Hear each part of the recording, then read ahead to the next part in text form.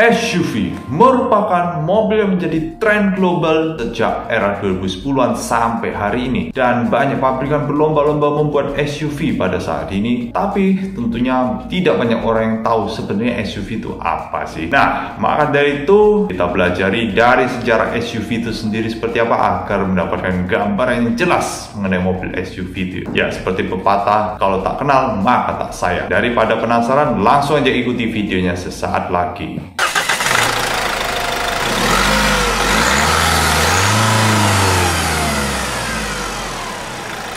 Oke, kalau gitu kita langsung aja mulai videonya. Jadi, SUV itu sendiri merupakan singkatan dari Sport Utility Vehicle. Jadi, kalau didefinisikan, SUV ini ditujukan untuk kendaraan yang lebih bertenaga dibandingkan sedan dan juga lebih berguna di berbagai situasi ya. Nah, seperti itu. Jadi, kalau zaman dulu kan membandingkannya pasti dengan sedan ya, karena kan sedan tidak memiliki kemampuan off-road ya, bahkan bukan buat off-road juga ya, pasti lebih banyak buat perkotaan lah sedan di zaman dulu sampai sekarang pun ya begitu harusnya. Jadi kan sekarang sudah berkembang macam-macam ya. Seperti itu, tapi itu nanti aja kita akan bahas sejarah dari SUV terlebih dahulu ya. Jadi sejarah awalnya SUV itu merupakan sebuah kendaraan utilitas yang menghadirkan ground clearance yang lebih tinggi, terus kabinnya lebih besar, tempat duduknya ada tambahannya, terus ada ruang kargo atau bagasi yang lebih luas ya. Dan selanjutnya SUV juga berkorelasi dengan kendaraan militer ya. Namun konsep SUV sendiri hadir pertama kali itu di Chevrolet Suburban di tahun 1930-an. Tapi penggunaan istilah SUV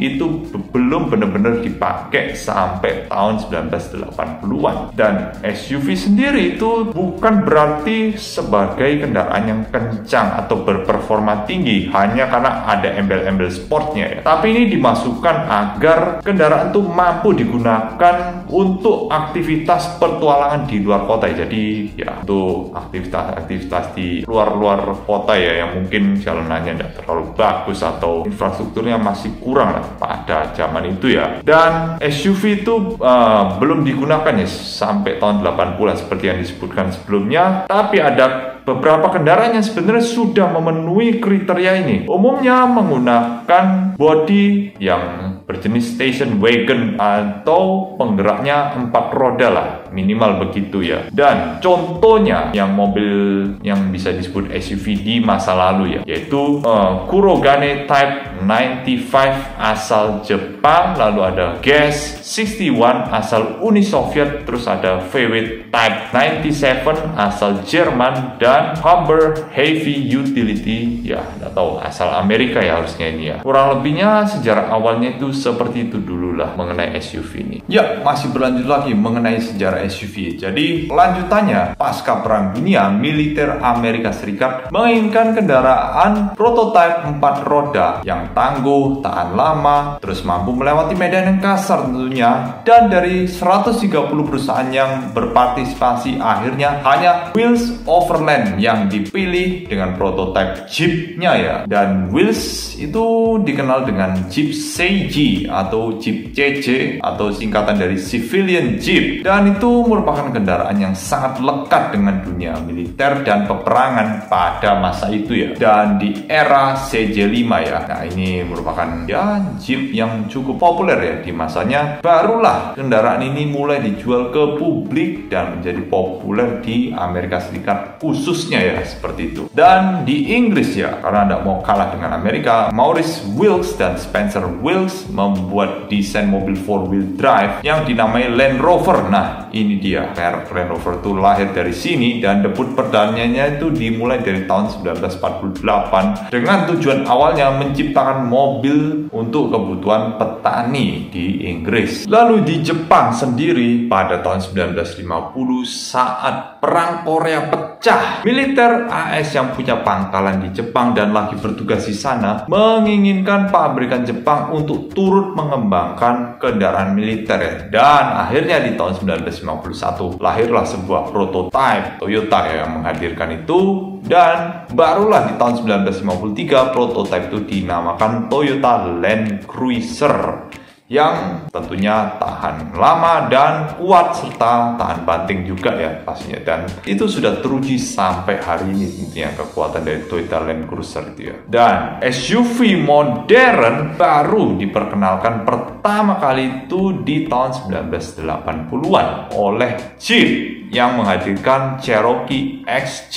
Dan Cherokee XJ ini seperti mengubah segalanya, jadi mereka menggunakan platform unibody atau monocoque dari yang biasanya kan pakai leather frame ya, sesuai definisi SUV itu pakai leather frame harusnya ya, tapi ini pakai monocoque. Nah, ini membuat berat dari Cherokee ini menjadi lebih ringan daripada SUV yang lain, dan juga pakai penggerak 4 roda pula ya. Ya, pastinya SUV harus penggerak 4 roda ya, pada umumnya begitu. Dan karena kesuksesan Cherokee XJ pada masa itu, maka pers Amerika Serikat menyebutnya itu sebagai sport vehicle. Nah, mungkin ya dari ini istilah SUV itu mulai dipakai di seluruh dunia ya, kurang lebihnya sih seperti itu. Dan setelah itu barulah SUV itu memulai popularitasnya di tahun 1990-an sampai hari ini ya. Dan ya, contoh SUV-SUV yang sudah banyak di masa 80-90-an ya, selain Jeep Cherokee sebenarnya sudah